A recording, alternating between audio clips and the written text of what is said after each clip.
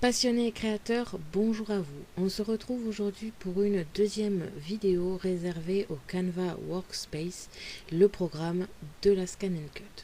Aujourd'hui, nous allons nous consacrer aux bases, aux motifs et à toute la partie édition que nous pouvons avoir avec des motifs présents sur le programme. On se retrouve donc sur un nouveau projet, là où on s'était quitté la dernière fois. Et on va apprendre un petit peu ce qu'on peut faire avec ce programme. Nous allons d'abord parler des petites options d'édition que nous avons. Je vais vous montrer ça avec une étoile et un carré pour vous montrer exactement ce qu'on peut faire. Vous pouvez déjà sélectionner vos deux motifs. Et ici, vous avez aligné comme ceci. Vous pouvez donc les aligner. Alors je vais vous montrer ici avec un carré plus grand que l'étoile. Vous avez ici tout aligné à gauche, tout aligné à droite, tout aligné au milieu, ici. Au milieu, évidemment, horizontalement. Ensuite, vous avez la partie verticale, donc tout aligné en haut, tout aligné en bas et tout aligné au milieu. Étant donné que juste avant j'ai fait aligner horizontalement, que maintenant j'ai fait aligner verticalement, mon étoile est pile poil au centre de mon carré. C'est vraiment très avantageux. Vous avez ici les miroirs. Donc là, vous ne pouvez pas vraiment voir parce qu'évidemment, je l'ai inversé sur le vertical, mais vous pouvez aussi l'inverser sur l'horizontal, donc avec le pic qui était en haut ici, qui se retrouve maintenant en bas. Donc ça, c'est vraiment la partie, on va dire, assez simple ou nette de l'édition pour pouvoir centrer un motif par rapport à un autre motif. Ensuite, une fois comme ça, par exemple, vous pouvez avoir accès au fusionner, diviser, supprimer les chevauchements et enlever. À quoi correspondent ces options? Je vais vous montrer ça de suite parce que c'est sûrement ce qui m'a pris le plus de temps à comprendre. Parce que du premier coup, ça ne vient pas forcément comme ça. Donc enlever, ça va vous enlever l'étoile. Ici, vous creusez votre carré avec la forme de la moitié d'étoile que j'avais mis ici. Donc comme vous pouvez le voir, mon étoile est maintenant creusée. Je reviens en arrière et je vais vous montrer les autres options. Supprimer les chevauchements par exemple. Ça va vous creuser l'étoile d'un côté sur le carré, vous mettre l'étoile à côté, mais surtout, si vous les laissez coller, ça, il n'y a plus le trait ici. En gros, ça vous a un petit peu fait de enlever et en même temps, vous avez quand même votre étoile qui est toujours intacte. On revient encore en arrière, je vais vous montrer maintenant le diviser. Alors là par contre, ça va vraiment tout vous diviser, c'est-à-dire vos moitiés d'étoiles comme ceci, plus creuser sur votre carré. Donc, vous avez votre étoile qui est maintenant coupée en deux et votre carré qui est creusé. Et enfin, le fusionner, ben, ça va vous fusionner les deux. Donc cette fois, ça ne va pas vous creuser votre carré, ça va tout simplement l'agrandir avec la moitié d'étoile qui était à l'extérieur. Ça, c'est les premières parties d'édition que vous pouvez trouver qui sont plutôt sympas. Ensuite, vous pouvez très bien, par exemple, si on met les deux motifs ensemble, je voudrais les aligner au milieu comme ceci.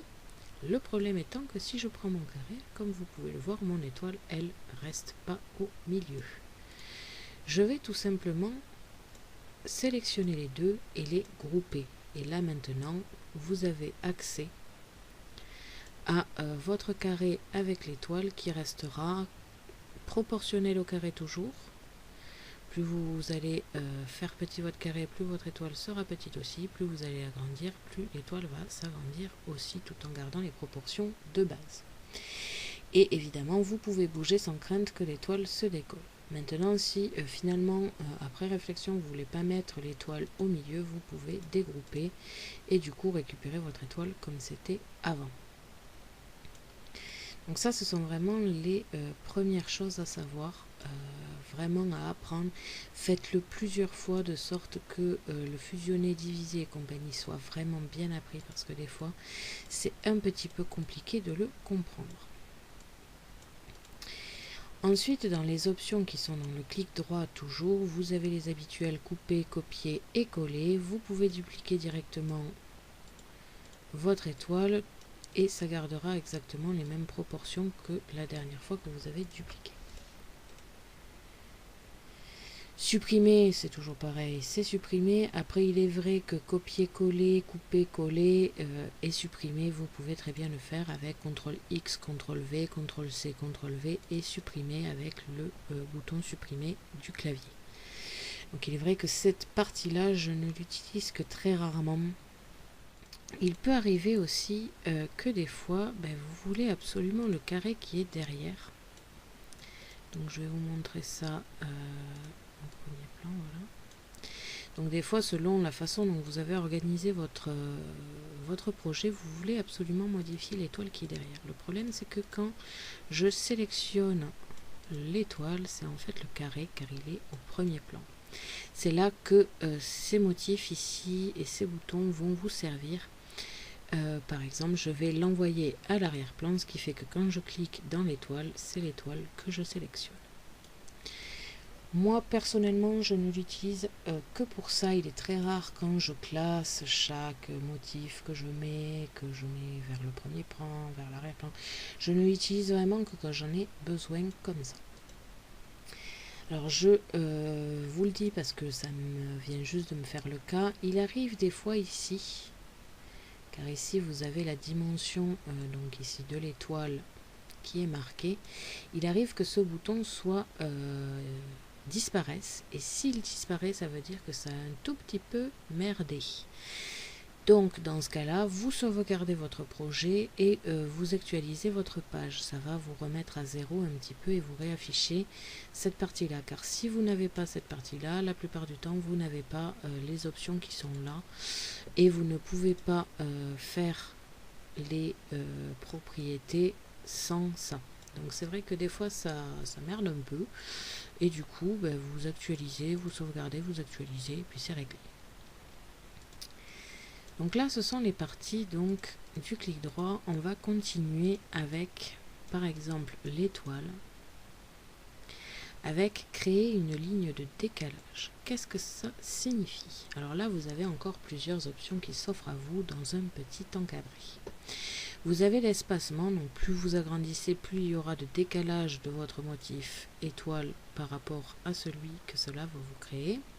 Vous pouvez le faire vers l'extérieur ou vers l'intérieur. Il est très rare quand j'utilise vers l'intérieur, la plus souvent j'utilise vers l'extérieur car je veux par exemple créer une petite étiquette autour d'une écriture et j'utilise vers l'extérieur.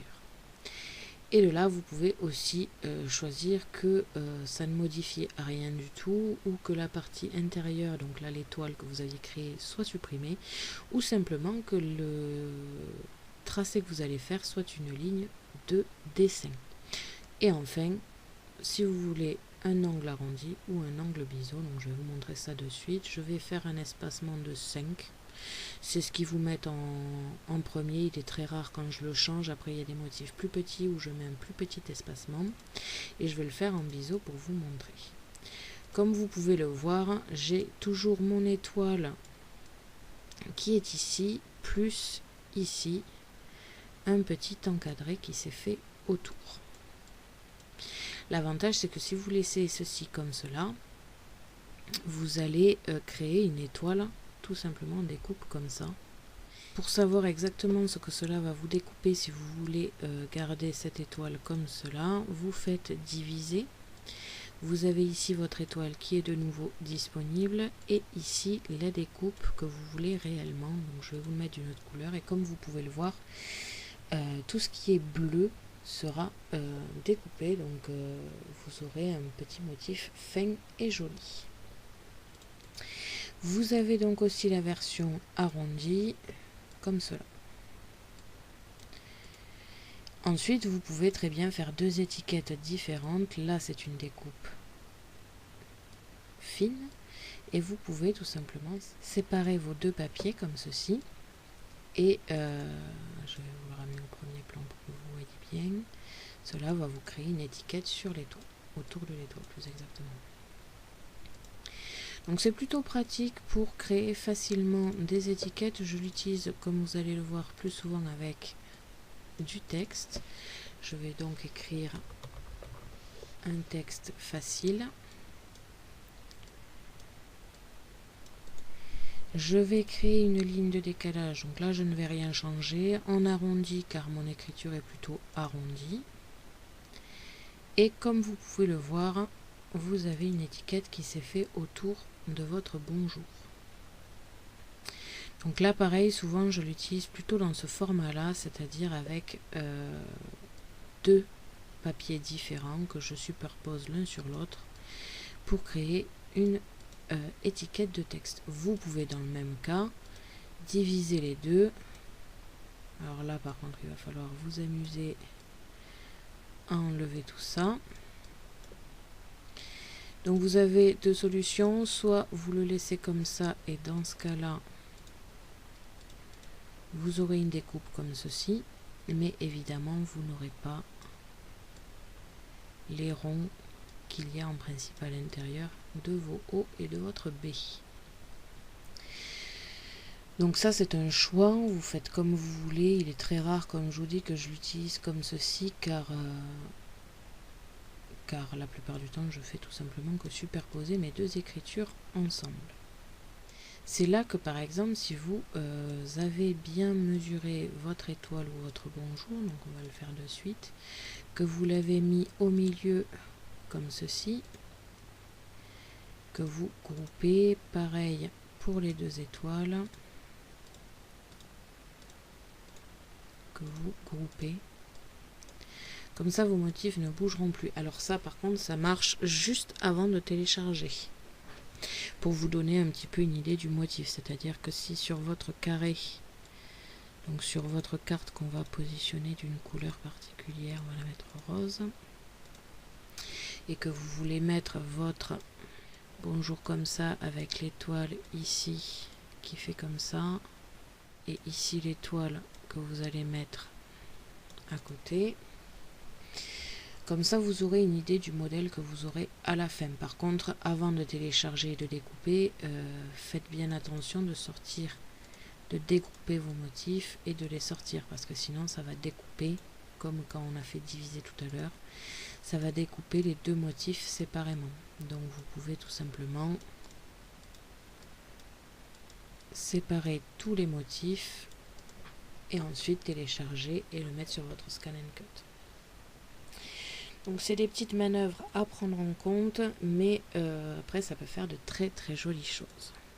Avec la fonction texte, d'ailleurs avec toutes les fonctions même de base, comme vous avez pu le voir à plusieurs reprises, j'ai affiché les propriétés. Donc ça c'est ce petit motif ici qui va vous afficher les propriétés. Vous pouvez très bien aussi les afficher par ici, propriétés. Avec les propriétés, vous aurez plusieurs choses aussi que vous pourrez régler selon ce que vous voulez. Donc en commençant par la taille.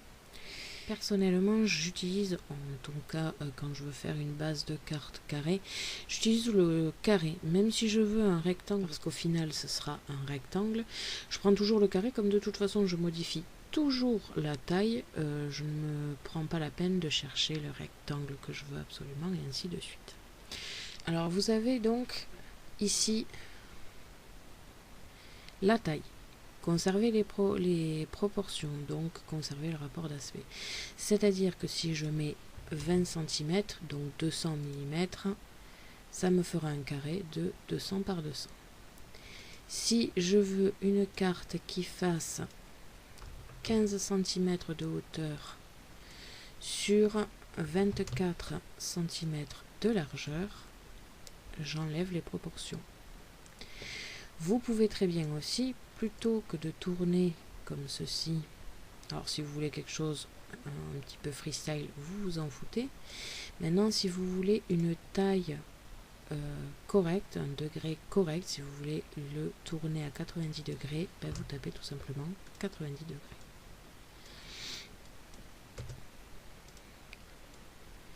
Vous avez ensuite ici, alors la partie couleur, ça ce n'est absolument que pour vous. La Scan and Cut, si vous mettez un stylo vert et que vous avez mis ici une couleur bleue, ne va pas vous dire non, vous n'avez pas mis la bonne couleur, évidemment. Elle va rien vous dire du tout d'ailleurs parce que elle ne détecte pas la couleur que vous mettez dans la machine. Ça, ce n'est absolument que pour vous, justement comme je vous ai expliqué tout à l'heure, si vous voulez que vos découpes soient d'une certaine couleur et vos tracés d'une autre, si vous voulez superposer ici le texte, si vous mettez la même couleur, ben on voit pas trop que c'est coloré. Donc tout simplement, je choisis une couleur qui tranche bien, comme ça je vois ce que cela va donner au final. Donc cette partie-là n'est vraiment réservée qu'à vous, pour vous organiser dans vos modèles et dans vos motifs.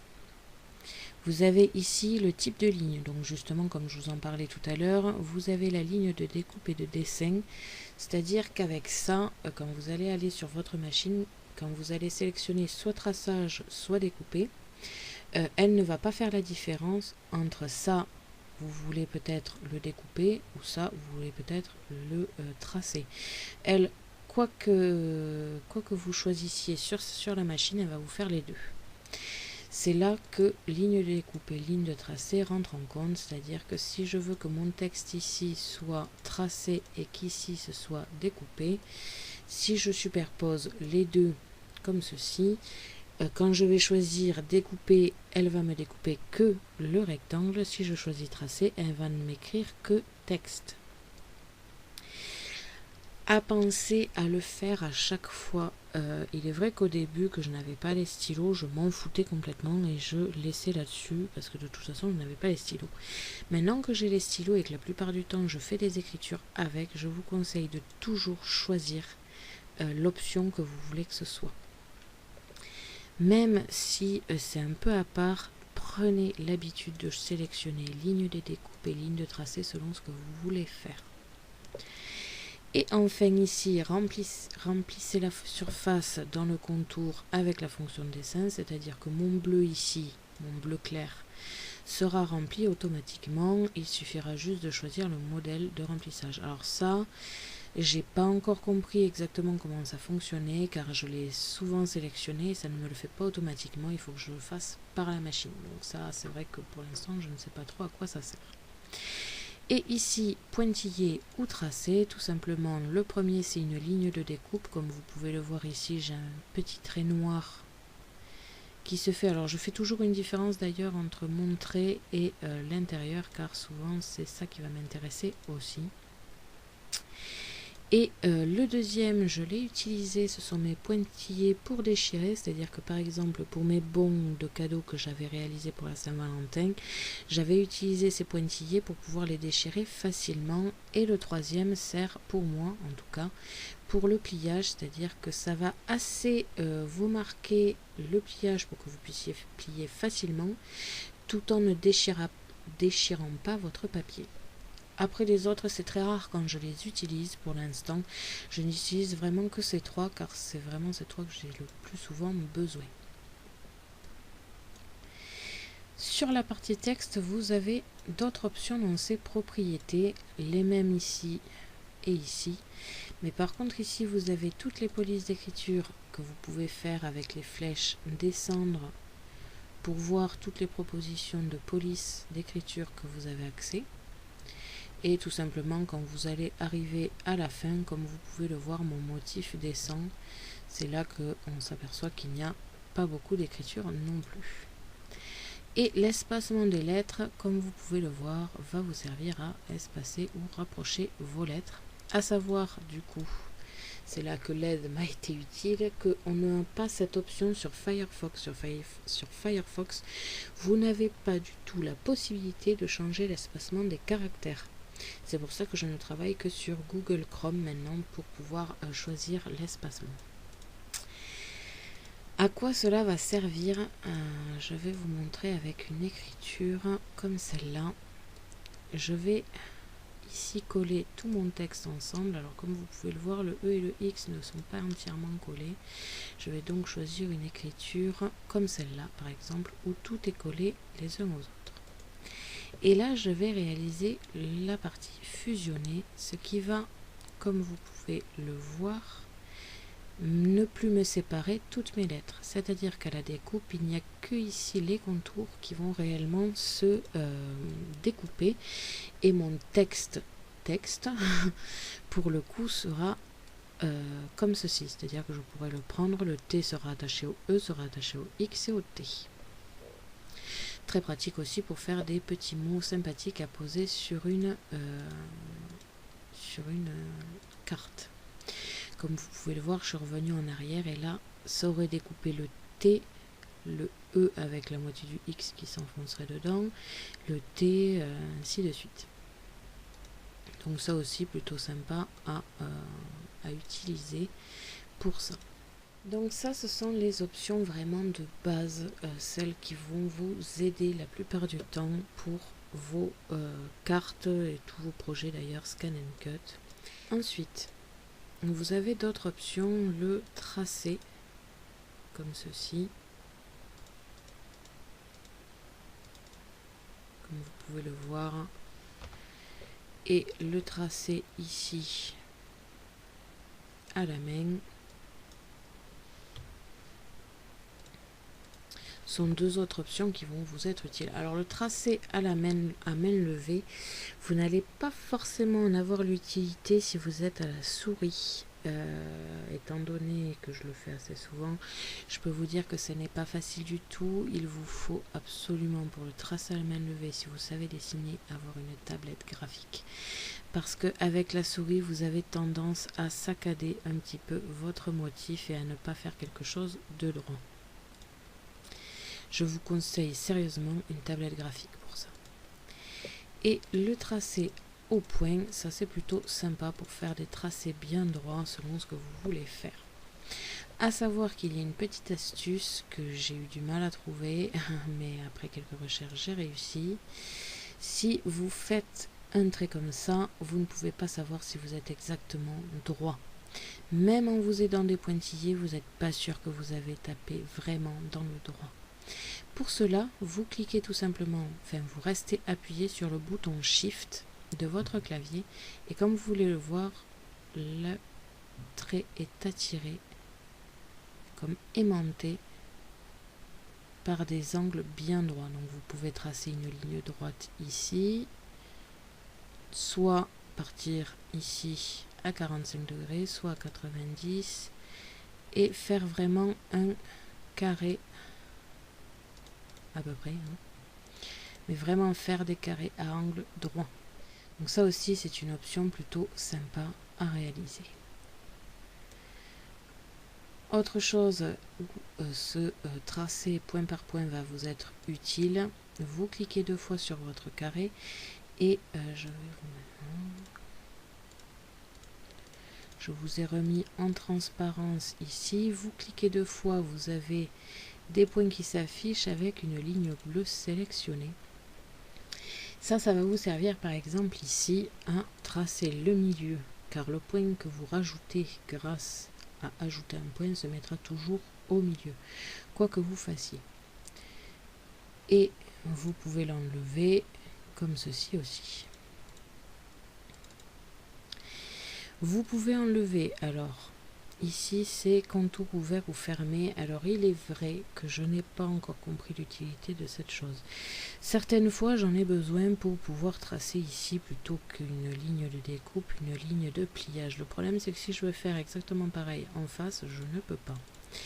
Donc c'est quelque chose que je n'aime pas trop encore compris. C'est-à-dire que si je sélectionne cette partie et que j'enlève, ben, ça me remet tout simplement celle que j'avais enlevée ici.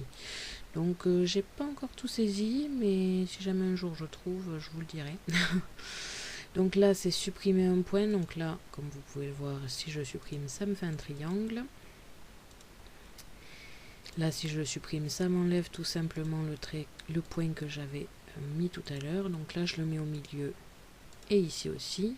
Vous avez la possibilité par exemple sur ce trait de faire une courbe plutôt qu'une droite.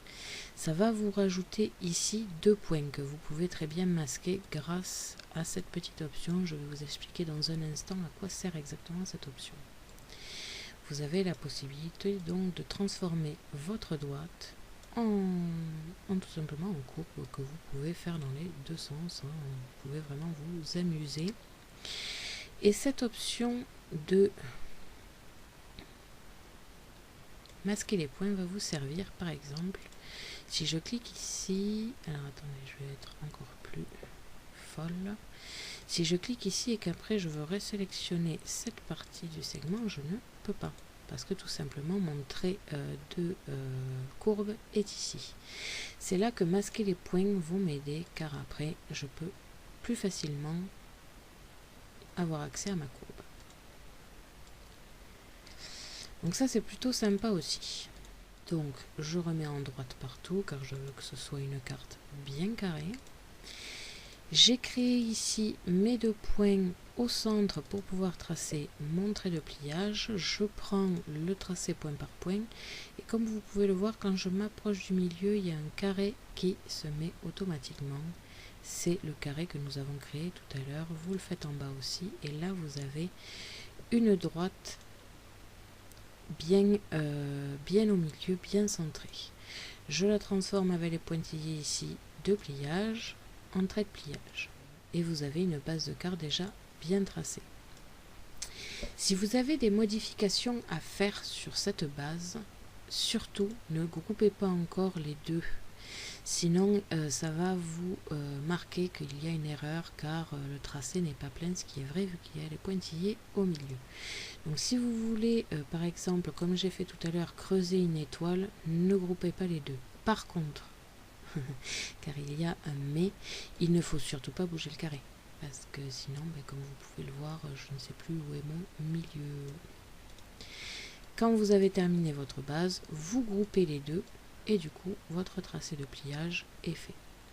Après, si vous avez un doute, si vous ne savez pas si vous allez décorer ou pas votre base directement, je vous conseille de le grouper et si jamais, vous êtes toujours à temps de dégrouper et de faire votre travail dessus. N'oubliez pas, comme je vous l'ai dit, de marquer que c'est une ligne de coupe. Quand vous avez fait ça, vous avez votre base de cartes. N'oubliez pas que quand vous groupez un motif, si vous voulez modifier l'intérieur des pointillés, parce que finalement vous voulez que ce soit une ligne de découpe, vous allez double-cliquer, ce qui va vous faire entrer dans le groupe et qui va vous permettre de modifier selon ce que vous voulez. Donc là par exemple, il suffit que je sélectionne ici de près mon trait de pointillé. Je veux que ce soit finalement une ligne bien droite. Si jamais je sors, c'est toujours groupé. C'est ça l'avantage. Voilà. Avec cette partie, vous savez créer une base de cartes facilement. Nous allons pouvoir créer les parties texte par exemple. Vous prenez donc le carré qui est ici, vous choisissez la taille, donc pour moi je vais enlever 2 cm à chaque fois. Je vais le copier 3 fois car il me faut mon extérieur et mes 2 intérieurs. Comme vous pouvez le voir, je ne peux pas les enregistrer tous sur le même support, donc il suffira tout simplement que je crée plusieurs supports une fois le motif terminé. À partir de là, vous pouvez vous éclater avec les motifs de base ou alors tout simplement attendre la prochaine fois car je vais vous expliquer comment rajouter une image prise sur Google ou sur Pinterest. J'espère que cette vidéo vous a plu encore une fois, j'espère que ça vous intéresse, qu'elle n'a pas été trop longue. Merci à tous d'avoir regardé ma vidéo. N'hésitez pas à me poser des questions ainsi que de me dire en commentaire si vous avez des questions sur la moindre petite option de ce programme. Je vous invite à me suivre sur mon blog ainsi que mes réseaux sociaux que vous pouvez retrouver dans la description de la vidéo. À la prochaine pour de nouvelles créations.